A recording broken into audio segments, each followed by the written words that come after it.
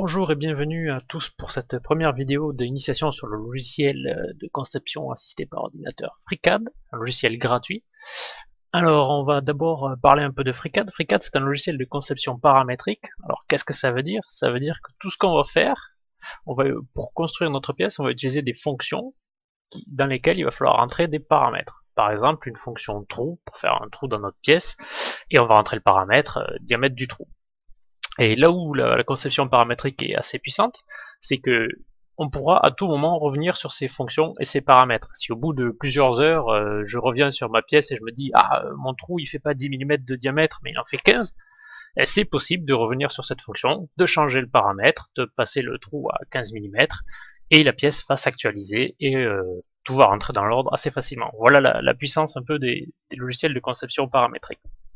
Alors, on va rentrer dans le vif du sujet, on va commencer. Je viens d'ouvrir le logiciel, on est sur la première page d'accueil et on va directement commencer par faire fichier, nouveau, donc on va dans une nouvelle pièce et ici en haut on a ce petit menu déroulant où on a toutes les boîtes à outils du logiciel et nous ce qu'on veut faire c'est une pièce, donc on va aller dans Part Design, conception de pièce.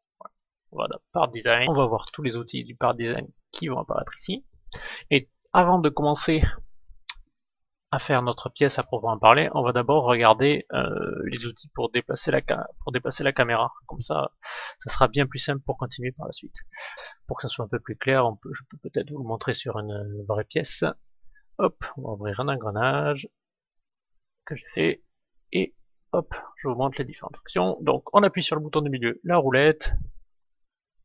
On se déplace sur le plan comme ça, et bouton du milieu plus clic droit, on fait tourner la pièce et on bouge en 3D. Voilà pour les deux modes de déplacement à la souris, c'est ce qu'on utilisera principalement. Quelque chose qui peut être bien, c'est pour revenir, vous voyez que là au niveau de l'arbre en bas, c'est un peu le bordel et c'est pas évident de revenir à la souris comme ça dans le bon sens.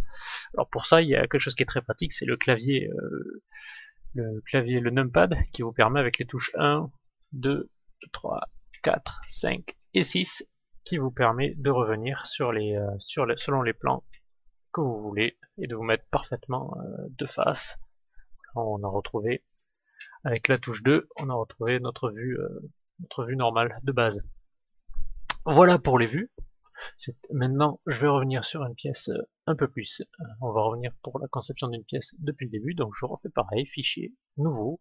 Vous voyez qu'en bas, ça marche un peu comme un explorateur internet. À chaque fois, on a des nouveaux onglets qui s'ouvrent. Là, on a la pièce que j'ai ouverte avant, là, on a la page de départ.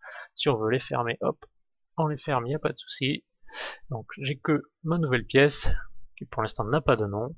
Et à gauche, on va avoir l'endroit où va se situer notre arbre de construction, avec deux petits onglets aussi.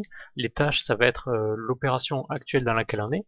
Pour l'instant, on n'en a pas vu qu'on n'a rien fait, du coup, il nous propose d'en faire. On va pas, pour l'instant, on va pas répondre à sa proposition. Et à gauche, on va avoir notre arbre de construction. Pour l'instant, donc on est dans notre application et notre pièce qui pour l'instant n'a pas de nom. On va voir hop, fichier. Si on l'enregistre, hein, on peut l'enregistrer en tant que test.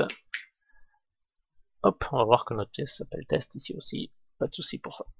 Donc comment la construction de notre pièce va se passer? Alors tout d'abord il va falloir commencer par faire un dessin en 2D qu'on va venir ensuite extruder ou créer de la matière par-dessus pour créer une géométrie en 3D. Les dessins en 2D vont se faire dans des esquisses qu'on va voir avec le bouton créer une esquisse ici. Une esquisse ça va être donc un dessin sur un plan, il nous demande de choisir notre plan X, Y, très bien.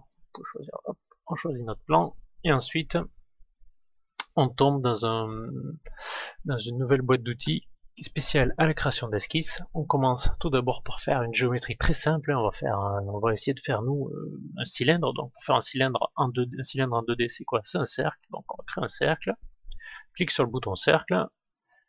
Je clique une première fois pour déterminer le centre de mon cercle et une seconde fois pour déterminer le diamètre. Je l'ai pris à des valeurs complètement au hasard, il n'y a pas de souci avec ça.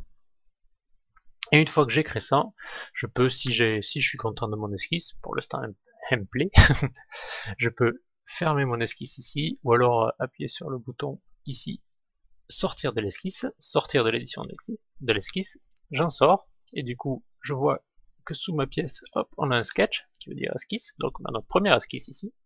On peut le renommer si on veut, renommer un cercle, pourquoi pas.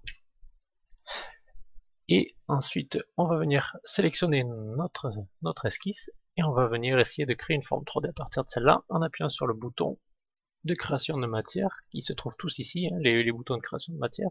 Et le premier qu'on a, ça va être faire une protrusion à partir de l'esquisse sélectionnée. Alors ça veut dire qu'on a une esquisse dans le plan X, Y, et faire une protrusion, ça veut dire créer de la matière selon le troisième axe, donc là, selon Z. Je clique dessus, et je vois, j'utilise le déplacement, bouton du milieu, la roulette pour me déplacer comme ça, bouton du milieu plus clic droit pour me déplacer autour de la pièce pour faire bouger la pièce. Et là je vois qu'effectivement il a pris mon cercle qui était ici à l'origine, hop, il a créé de la matière selon l'axe Z pour venir créer un autre cylindre. Alors à gauche on est, comme je vous l'avais dit tout à l'heure, dans la boîte de dialogue de l'opération en cours, donc là on est dans la paramètre de la protrusion. On a la longueur de notre protrusion, donc on peut l'augmenter, hop, vous voyez que ça se fait toujours en direct, hein. L'augmenter, la diminuer, hop, on va laisser comme ça. D'autres options symétriques au plan, ça veut dire on va avoir un plan au milieu qui était notre plan YX. Alors est-ce qu'il fait 50 mm à droite ou est-ce qu'il fait 50 mm selon Z et aussi selon moins Z, ou on va voir inversé dans un sens ou dans l'autre, mais tout ça c'est des petites options que vous pouvez tester et jouer par vous-même. Une fois que notre esquisse, que notre paramètre semble défini et nous plaise, on va cliquer sur OK pour valider tout ça. Voilà pour cette première vidéo. On a réussi à créer notre premier solide basique et à voir comment fonctionnaient les vues, le système de vue sous FreeCAD. Dans la prochaine vidéo, on va approfondir gentiment tout ça. Si vous avez des questions, n'hésitez pas à les poser dans les commentaires, j'y répondrai le plus vite possible. Voilà pour cette première vidéo, je vous dis à tout de suite pour la suite.